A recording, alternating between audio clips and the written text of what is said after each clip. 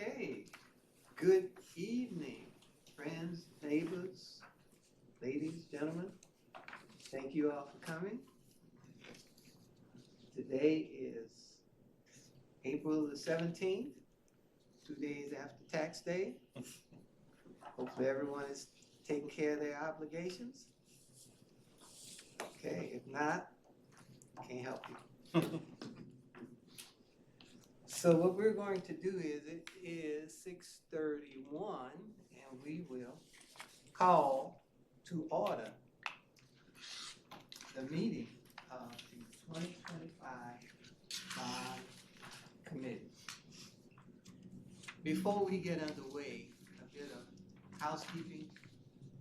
Uh, The reason why we're gathered here this evening is because the council is looking towards us, members of the committee, to give them a recommendation as to how to proceed forward with the bond program. And so I want to thank all of you for doing that, and I want to be very conscious of your time. And with that being said, we're going to spend our time fielding questions and comments from you and not the public. But thank you very much, public, for attending.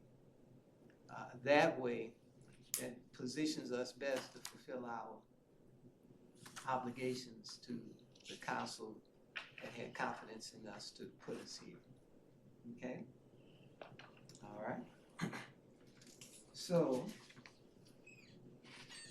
the next item on the agenda is to receive public comments. And a little verbiage on that: to submit a comment via email. The following information is required. Submit a comment by 4 p.m. on Tuesday, April 17, 2025. Email. The staff are listed. Email title: Public Comment 2025 Bond Committee, Thursday, April 17, 2025. Include your first and last name and your address for the record. And we will not read them here, but we will ensure that they become part of the record. And our city manager will do and take care of that. So, do we have any electronic versions of citizen comments? No, sir. Thank you very much, and we will proceed. Okay. Now, the next thing I would like to do, if you may, if you will, we have a new member, and we are very excited to have with us the Dr. Sasser. And in attendance, I see, my eyes do not deceive me, it is our own illustrious mayor, the Greg Contreras. And so, Mayor Contreras, I don't want to steal your thunder. I can talk about Dr. Sasser for a moment, okay, and you can fill in what I missed. So, we are so happy to see Dr. Sasser because there was a problem with the committee. And the problem wasn't with you, and it wasn't with me. It was that this committee was functioning on behalf of the entire city, but there was a district that was missing. That was District 4. And so I can't explain it. I'll just say it was inexplicable. And so, thanks to circumstances beyond our control, District 4 is now represented. Yes. Okay, yay, I agree. How was her next spelled? Sasser, Correct. like it sounds. All right. So with that, we will move into item A, consider the minutes for the March 20th, 2025 and April 7th, 2025 bond committee meetings. It has been called to my attention by members of the committee that March the 20th, 2025, we have a member, Yolanda Columbus, marked present, who is actually absent. And when you go further down that particular page, when you see my name in the second bullet point, all right, I'll look. It says there were other nominations, and the correct, what happened was there were no other nominations. And also, too, we marked Linda Young as absent when she was actually present. So that's what has come up so far.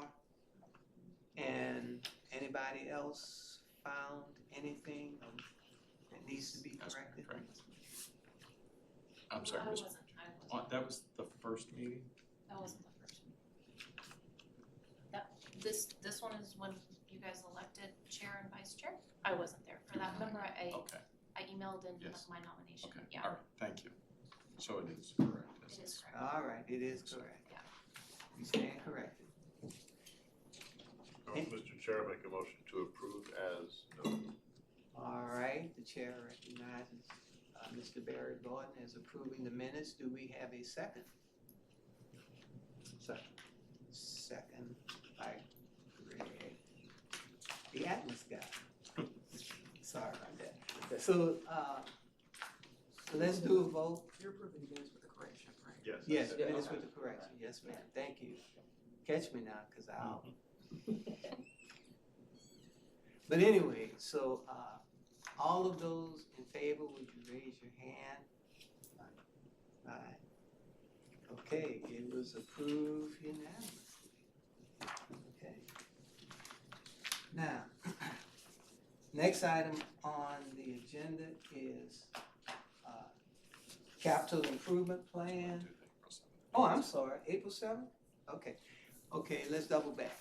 So now I'm going to like to entertain a motion that we approve the April 7th? Yes. Yeah, so the chair will entertain a motion for the April 7th minutes to be approved. Mr. Chair, so moved again. All right, thank you, Mr. Barry Gordon, second? Second. Okay, moved and properly seconded that the minutes of the meeting of April 7th be approved. It is time to vote.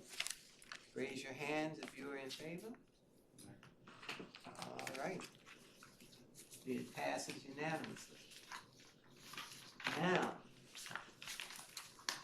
we are, I believe, finished with the preliminaries, and we're going to turn it over to the person we've all come to see and hear from, Mr. Doug Finch, Thank you, sir. City Manager. Before we jump into that, do you want to just discuss May 5th real quick? Yes, sir. Here I go again.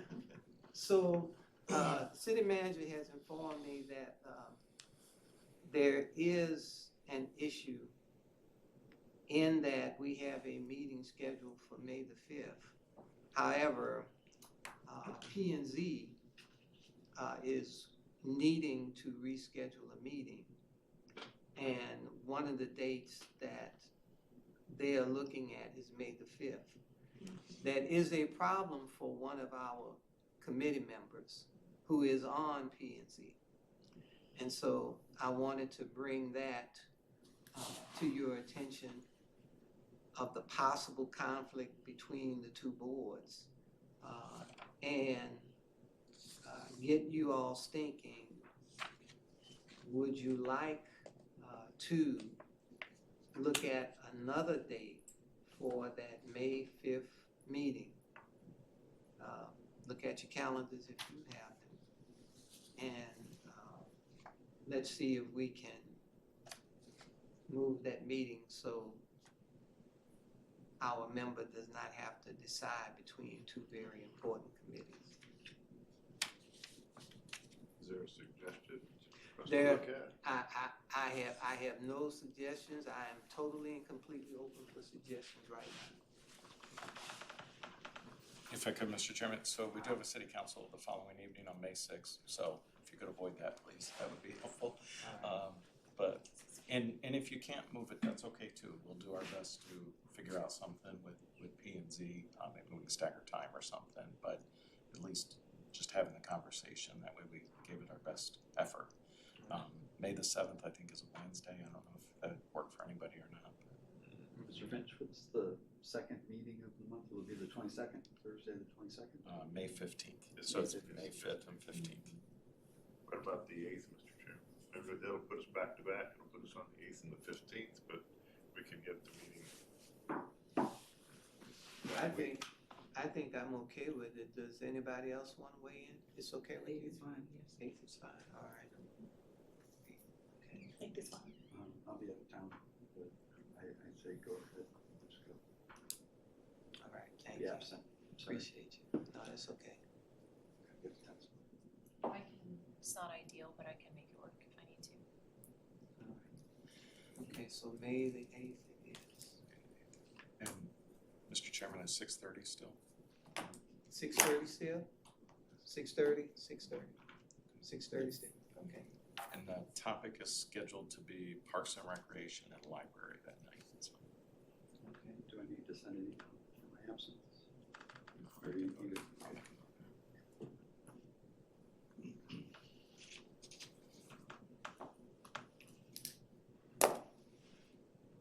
Thank you, everybody. It's a huge help. Thank you, Mr. Dunn. Okay, capital improvement plan, right? That's where you were trying to go to.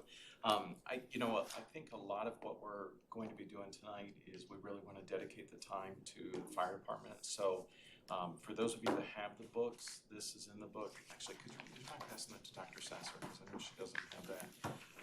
This should already be in your book, but this is our draft capital improvement plan. This has not yet been adopted by council. We're actually gonna be having a public hearing. We've slated for May the 6th on this document. But in this document, what I'll just share with you is there's short, medium, and long-term goals associated in this document. And that comes from a series of meetings with city council where council has been kind of, what I would say, very high level, evaluating different needs of the city and helping group into buckets, either short-term, long-term, or medium-term or long-term buckets. And that's how this draft document came to be. Like a lot of our planning documents, this is very much a living document. Things will have to be added to it, and things will have to be changed as you go and start looking at numbers and budgets and those types of things. But I do have extra copies if anybody wants a copy of it here. It's not officially adopted, but it just kind of gives us an idea of some of those conversations that have been taking place with council. And with that, I'll just kind of high level on that one, since everybody has that, and we can probably discuss that more when we get into, in a few weeks, when we start talking about nuts and the bolts of the finances and those types of things. So. All right, very good. Okay. All right, next item on the agenda is a tour of the fire station. And Doug and Fire is gonna lead us in that.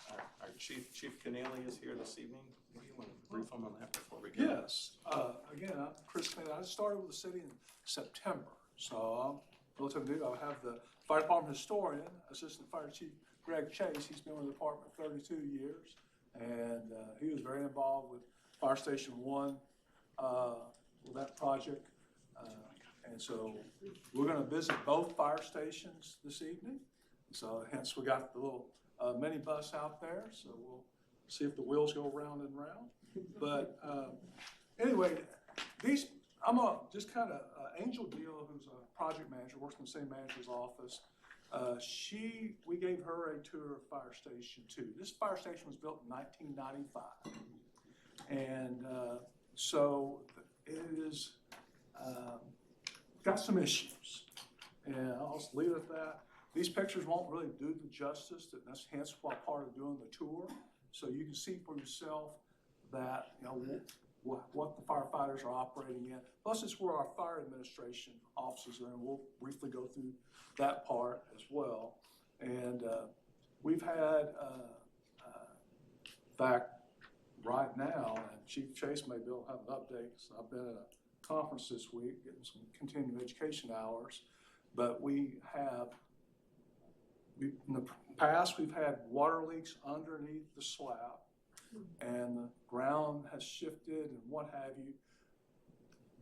The piers and the original repairs to plumbing, what year was that? Last March. Okay, and so we're revisiting it again now, so we have new water leaks. And have they given a report from the latest? They got one of them fixed, they're still looking for the other one. Okay, so we still have some continuing issues. The ground's shifting for whatever reason. It's near the creek, and you'll see that when we go to the fire station too. I don't know. I'm not a geologist, but something's going on with the foundation, and hence that creates, just like your house, if your foundation's not going right, it's a number of issues that manifest. Chief, if you don't mind, Assistant Chief Chase, I think it was something around like 20 some odd piers, wasn't it, that we put in last year? I mean, it was a significant It was a number. lot. Yeah.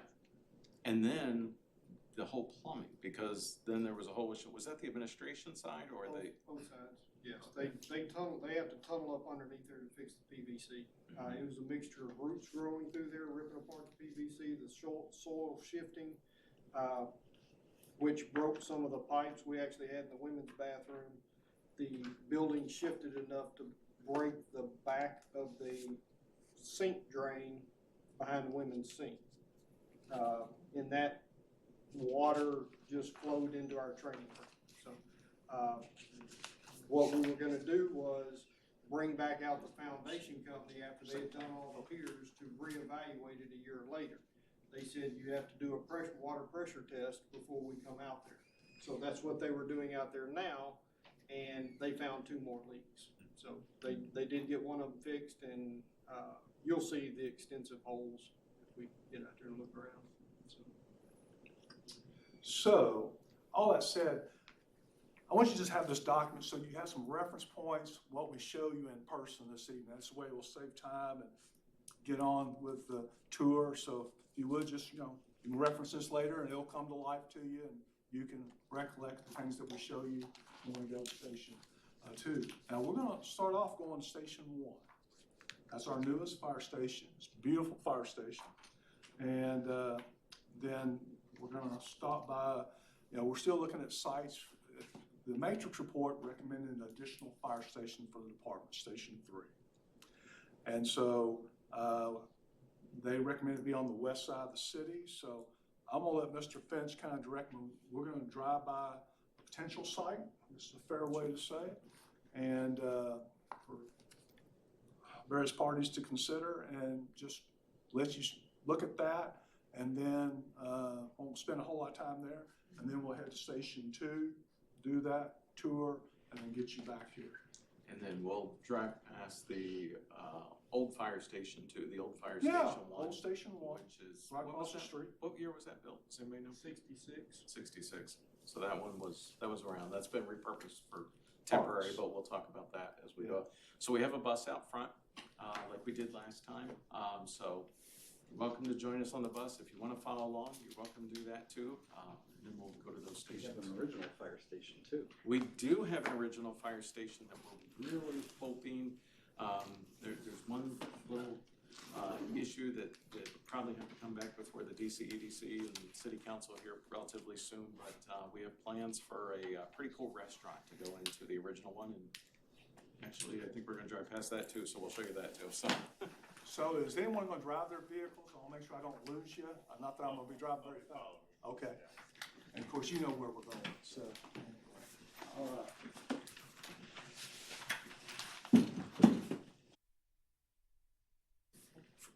There you go, you're live.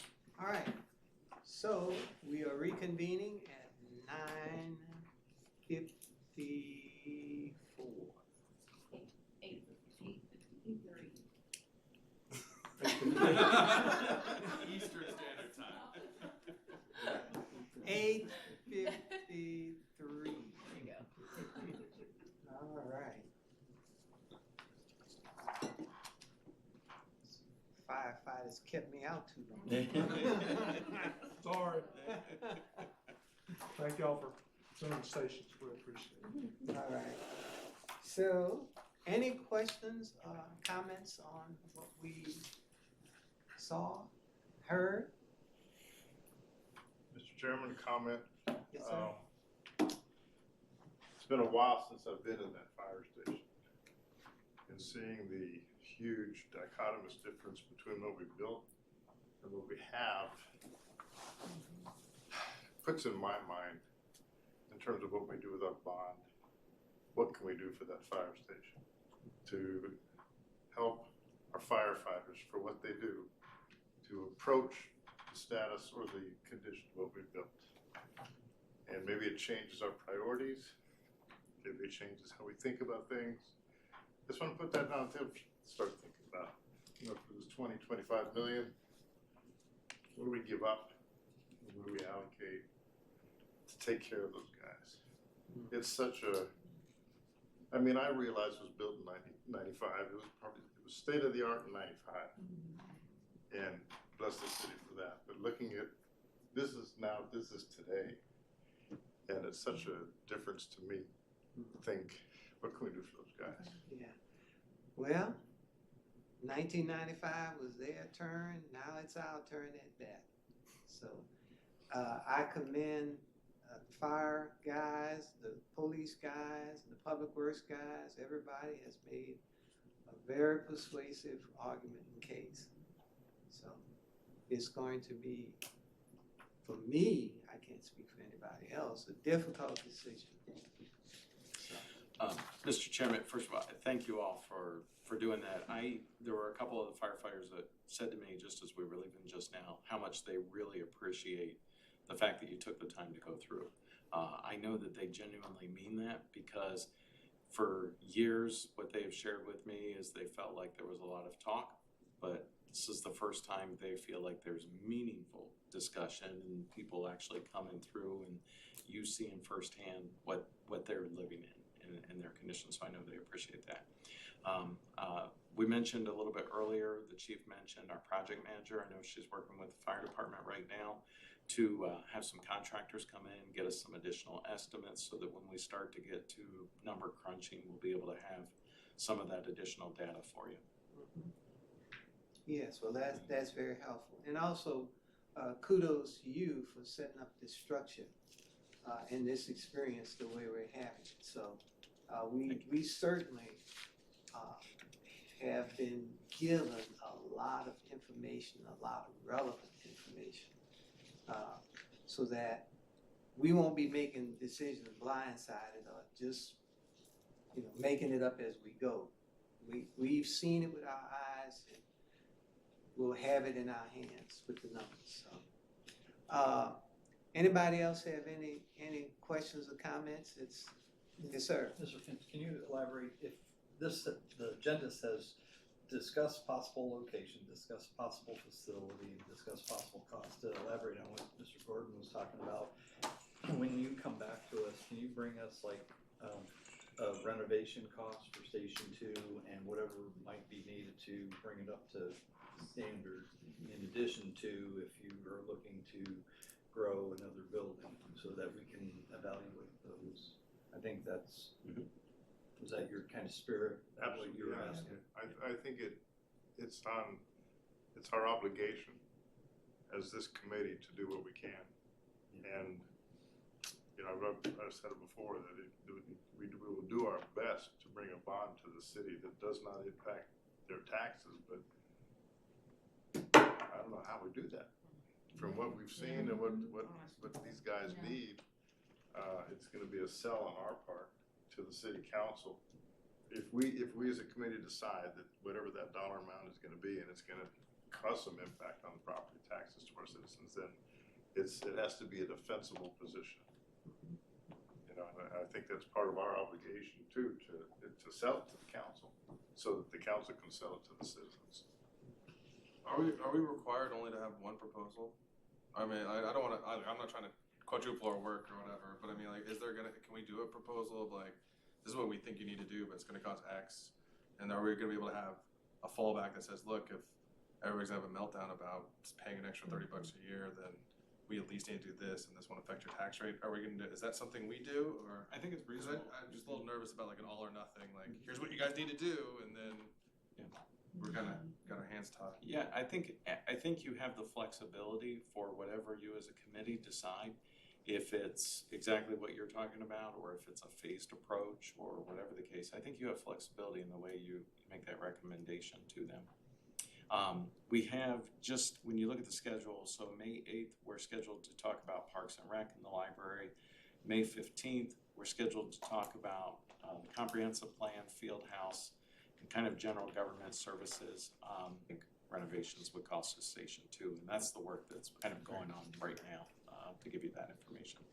And so as we gather all that information together, we'll be sending that out to you ahead of time too, so that you can, come once we get to that point and have a better understand what all these numbers look like.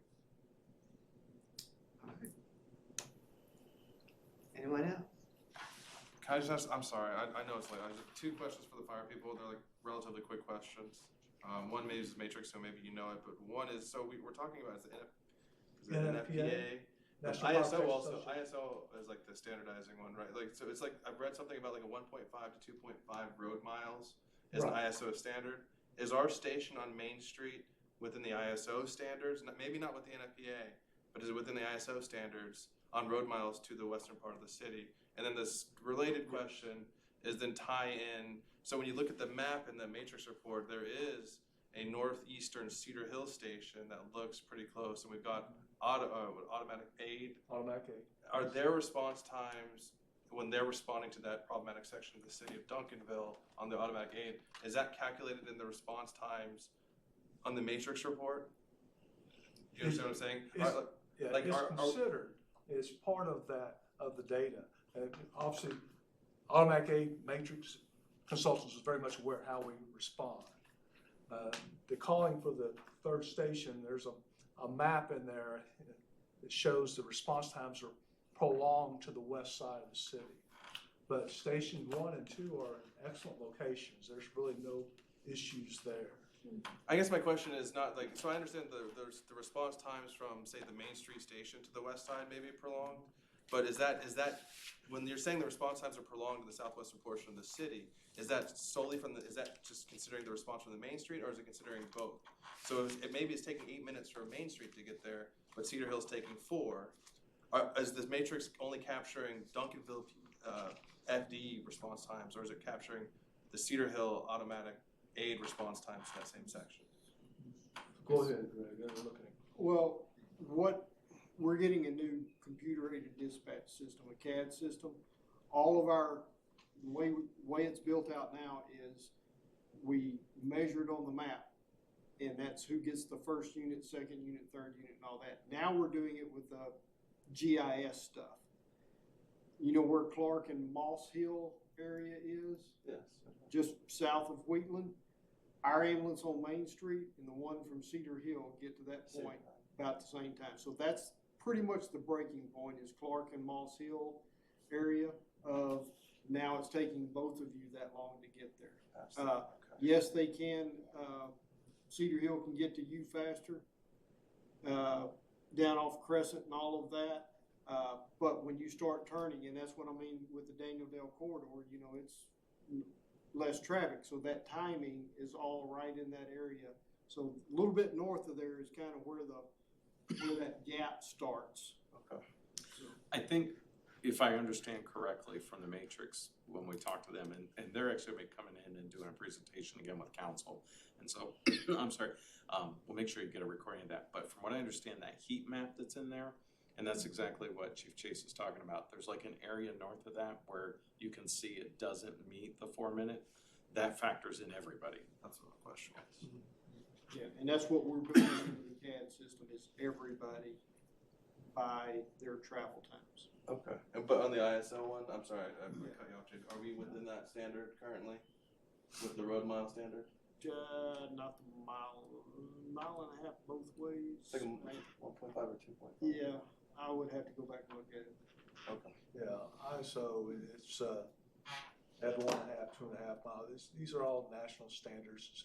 in this case, ISOs, and just looking at insurance rates and what have you.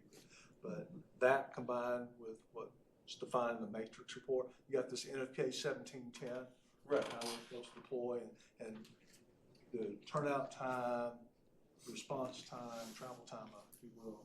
That's all factored in, and all that data comes together, and it points clearly to why there's a need for a third fire station. But they do acknowledge the automatic aid is a key component of how we're able to function reasonably well here. Some fire departments, they don't play well together in the sandbox, and this is a great credit to the Southwest area here that we all play together and check the egos at the door. As my mentor says, egos eat brains. And so we need to, so the citizens serve well, but just like there's areas in DeSoto and Cedar Hill that they'll find they may need another station too. But nevertheless, it's helpful until we can get there financially for our respective cities. In our case, we're looking at the third fire station. I'm sorry. Did you have another question? Mr. Chairman, I was gonna ask the chief a question. I'm gonna put him on the spot. Tough question, but repeat that. If you were in our position, looking at constructing fire station number 3 and bouncing up against the cost of fire station number 3 against upgrading fire station number 1, or number two, what do firefighters as yourself think is the priority? We can move more And quickly. if you have to take the fifth on that, that's okay. Well, we can move more quickly, basically doing a renovation to a degree here at Station 2 versus building a whole brand new station. There's a lot of other moving pieces to get to that point, and with staffing and what have you. Station 2 is already staffed. Not fully to the degree we want per 1710, but nevertheless, it's hopefully with the plumbing and the foundation issues will be fixed and addressed. The rest of it is basically doing an upgrade to the station to make it more livable. And that project, it's a renovation versus a total new construction. So it's necessity versus renovation. And necessity, what I'm hearing, necessity is subordinate to renovation. Correct. I hear that right? Yes. I would say though, I think there's some other factors that go into that, right? When you talk about bonding and the best bonding rates, new construction gets better rates than renovation, right? So we also have to think about that. And I know that the firefighters have also been talking about staffing, right? And the need for the additional help. You get that through the third station as opposed to the renovation of Station 2. That's where I think really at this point we need to get those costs, because if it's $1 million, maybe there's another way we can do that. If it's $2 or $3 million, then we may have to go back and revisit. But I think we need that data so that we can have that conversation with Yeah, them. Mr. Finch brings up a part that I'm not well versed in, so, yeah. So, I'm sorry, Mr. Chairman. I have a quick question. Renovation is capital, not O&M? Renovation, in that particular case, if we're gonna roll it into the bond, would be capital, yes. But ideally, hopefully, you could do renovation through O&M and then keep the bonding separate, because you will get better bond rates for new construction as opposed to renovation of existing or O&M stuff. So the existing repairs that are going on right now, those are your O&M expenses? Yes. Yeah. So that would free those dollars up for Right. other things. Right. And we could always ask the EDC. It just so happens we have 2 representatives here this evening, so. That's our Economic Development Corporation, who. Well, you can ask, but I may respond with the fifth. Since that's out there. Let's see if we can put fire companies, fire apparatus companies inside of the building. But legally, the EDC could contribute. Sure, yeah, they can support operations or Those whatever monies the are case. available, Yes. they could contribute. Yep. And they can also charge interest. They could. For those of you that aren't aware, so the Duncanville Community Economic Development Corporation, that is a complete separate organization, a complete separate 501c3. It's arm's length with the city. Mr. Harvey's president, Mr. Zilka's also on it. But that is our economic development arm, and they have their own finances outside of the city budget to be able to drive economic development and different things in operations, so. And like I said in the previous meeting, we don't have to make that decision tonight. No, that's right. However, when we come down to the end, hopefully we will have the ability and put on the table if there are other streams of revenue that can be utilized as well. But we don't have to make that decision tonight. You are right. You're absolutely right. But we know it's there.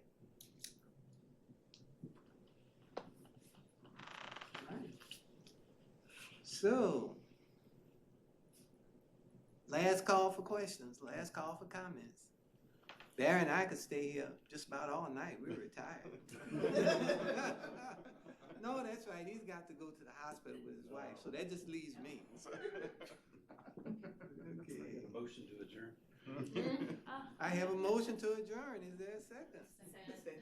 Several seconds. This meeting was